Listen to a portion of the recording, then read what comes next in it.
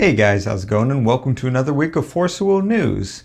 As always, before we get started, if you'd like an article version of the news or just to reference that later on after watching this, be sure to click the link in the description below to go to tctscrubs.com where I'll have the full article version of everything I went over as that fly flew past me. Also, if you guys are looking for Force Wheel singles or sealed product, including pre-orders for New Dawn Rises, they still have booster boxes for pre-order. They were able to get a new shipment, and they might have starter decks. I haven't checked on that recently, but be sure to click the link in the description below to go to Happy Little Hug Factory. They've been really awesome about keeping that product supplied. Each time it runs out, they work really hard to get more stuff in, so make sure you guys are supporting them. I mean, you guys have been. You've been doing really awesome about clearing them out. So if you're still on the fence, it's only 80 bucks for a booster box. If they happen to get the starter decks in, they're 15 bucks per starter deck. So it's really great deals, and it's a really great website. So I highly recommend going over there. So we've got a decent amount of different things to go over that's happened over the past week or so. So go ahead and get right into it. First up, in case you guys had missed it, there was a update to the CR where they just updated obviously with the new typings and runes and different things like that. If you want to see the detailed sort of look at it, last week's Force Wheel News was just me and Joey going over the entire CR, at least the red parts of it that are the newly added themes or altered themes, and giving our thoughts as well as just going over and explain what the different things in the CR mean. A couple of the main highlights though, in case you don't have time to watch that, is that runes are color locked, meaning if you have a rune with the black attribute, including like say the 0 cost rune, does still have the black attribute. It's whatever symbol is in that sort of text box area to the right is the color attribute it is, not the cost of the card itself. So that one's color locked to only black decks as far as runes go. And the only exception to this is rune/chance, which can go inside of any deck. But this helps a lot with the balancing and concerns people had going into the set, at least some of it, not quite all of it, but that's a step in the right direction. Also, you cannot sideboard runes. So whatever is in your rune deck is what's going to be in your rune deck for the entire game or competition or tournament or what have you, is just how it is. So that's another interesting feature that I personally really like, but people have been on both sides of it. We also found out that master runes are in fact treated as runes when they become a spell on the chase. It's similar to how a special magic stone is still technically a magic stone, so it's following that same typing, and that's relevant mainly with Hanzo's master rune, where it cancels target rune spell, means it can officially cancel master rune. So that's another interesting tidbit there. Also things like the keyword eternal, which is the that Resonare can't be destroyed, is going to be universal across all of the like Wander formats and stuff. Like previous cards that simply said cannot be destroyed are now considered having eternal, as well as cards that make something cannot be destroyed to end of turn gives it eternal until end of turn, so that it interacts with current eternal cards and spells and different things like that that interact with the eternal attribute in much the same way that they changed the enter ability, kind of, except this one doesn't really change anything about previous cards. It just makes it so they interact with new and future cards that would be coming out. They did come out with a list of erratas for cards. This was a much higher than normal amount of erratas. There's just a bunch of, not necessarily like anything like changing as far as card power levels or anything. It's mostly like everything from grammatical errors, typing errors, leaving out keywords that clarify things rules wise and different things like that. So a whole slew of them. If you want to see, we in our previous podcast for this week, we went over into detail about the different erratas and our thoughts on it. But brief rundown, karmic reversal added till end of turn on the text instead of just indefinite essentially. Fool, the administrator of the moon, was just a grammatical thing. Instead of this card gain 2/2, it's this card gains 2/2 now. Fuzi is changing his typing from king to monarch. That's a weird one that went a little bit of a rant about on the podcast. Arthur, King of the Machines, specifies where the resonators go. When you look at those top cards of your deck, they go into the graveyard instead of just floating out in space. Lich is no longer a monarch. He is now a deathless, whatever that means. Another typing change, which is kind of annoying, honestly, but yeah. Grand Bird is no longer lost in the grocery store. He's officially the Grand Bird of the Lost Isles. So that's a cool little change. And Magic Stone, instead of putting the top of your deck into the graveyard, it's the top card of your deck into the graveyard now, which is a pretty good change, I think. So those are the erratas there. Like I said, nothing too crazy, but it's just kind of interesting, the sheer just volume of mistakes that happen there is kind of weird, but you know, whatever.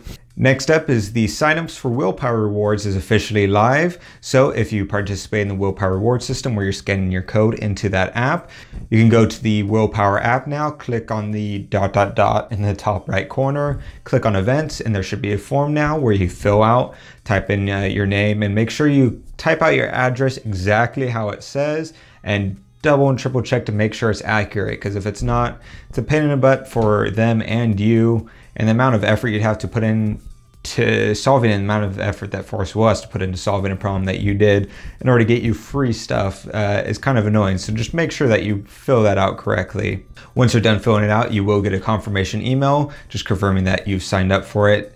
And it'll also, in that email is where it'll tell you where your final ranking was. So that's pretty, we're worried about, because when we signed up, it didn't show our ranking, but it's in the email where it shows that ranking. Speaking of the Willpower rewards, so it looks like Caster Chronicles players kind of got the short end of the stick. So we had been wondering up until this point, what exactly Caster Chronicles players will get, because they've been getting, when they open booster packs, they get the exact same code cards, they scan into the exact same app. So we're wondering maybe in the, once they revealed no caster cards, at least in the Willpower rewards, that it'd be something when you sign up into the Willpower app, maybe you would select maybe which game you're playing, and then that would determine what rewards you get, etc. And it looks like the answer is they don't care, I guess, is the answer to that, which sucks for, especially if someone's exclusively playing casters, or maybe they play casters and Force of Will but put more money into casters and therefore got more code cards from it, or different things like that. That's just like, nah, you're just, yeah, why put the code cards in the caster packs is my question.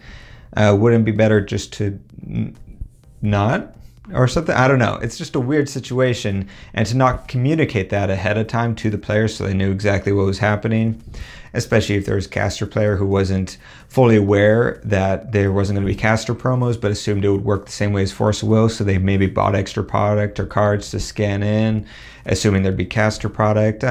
I don't know, just a weird situation, so that kind of sucks. We did get a little bit of a preview of what the chase cards are going to be, probably, in the new Dawn Rises booster box inside of a live stream that was done. Oscar found this on, I think it was a Japanese stream. It was run officially by Force of Will, so it's not like a random person opening it up. But Oscar found this and watched, and essentially they opened a booster box, and in this they got these two cards, which we assume are the chase cards. They're alt arts of current cards that are inside of the set. The interesting thing is, as far as we can tell, there were two of those cards in that booster box. Jeff in his Q&A had mentioned that their chase cards in this set are going to be more rare than previous chase cards. Previous chase cards were one per box, and he pulled two out of here, which makes me think that's probably following the same rarity ratio as Rulers did in the past couple boxes, where it's not essentially like a set rarity, as far as like a guarantee for when you pull a box or two or something like that. You could open a box and get 0 chase cards, 1 chase card, 2 chase cards, and it's just completely random. But it could be a set number inside of a case, but they're not evenly distributed throughout the boxes in the case. It's something along those lines is what we assume. Assuming those are chase cards and not some weird new rarity they're introducing, which I also wouldn't be opposed to, but there was also a posting on the official pricing for the World Grand Prix. So some of it's what we've expected from before. A couple of it's new as far as we can tell, such as t-shirts. I don't think t-shirts have been there before. It's usually just like the sweater or different things like that. They're reintroducing the bingo card, which I don't think was there at the last Worlds, where you essentially, it's a bingo giveaway, and if you win, you get to choose from a set of prizes, from like signed artwork to the sweatshirts and different things like that. So they're bringing that back. The main addition, it looks like here, is the top 8 players for the remainder of this cluster for the 2nd, 3rd, and 4th set out of the new Valhalla cluster. The day of the release of them, they'll get 3 booster boxes out of each of those sets going forward. So that's a really cool addition, I think. So basically, if you are top 8 in Worlds, you technically don't have to worry about buying product again. 3 boxes, you're almost guaranteed to get playsets of all the cards you need. And the ones that you don't have playsets, you can just trade or sell the cards you don't need to get them. So that's a really cool addition that I really enjoy. I want them to integrate product pricing more. And so this is one avenue to do it. And a very interesting one at that, where you just sit at home after you've won Worlds, and every time a new box comes out, just 3 arrive at your door. So I assume arrive at your door, but yeah, so that was cool, I thought. We also got revealed the starter deck promo. So when you buy a starter deck, it comes with a promo in similar fashion to previous starter decks. So assuming the distributors aren't hoarding them or anything like that. And I mean, ideally this promo I would assume is inside of the starter deck, but if it's not, then assuming it gets to your local game store, this is what it is, which is obviously just not art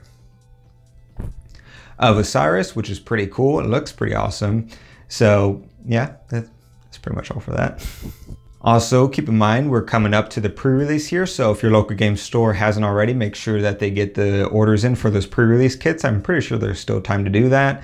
And make sure to just, you know, this is a fresh start in case your local game store maybe dropped out of Force of Will or something like that. If you get enough people to come to the pre-release, really try to pitch that hard to your local game store. If they still won't buy it, then you yourself could try getting that pre-release kit, split them among your friends, and run it at that local game store to show that there is interest in the game and stuff like that. It's going to be really cool, so make sure you're looking into that for your local game store.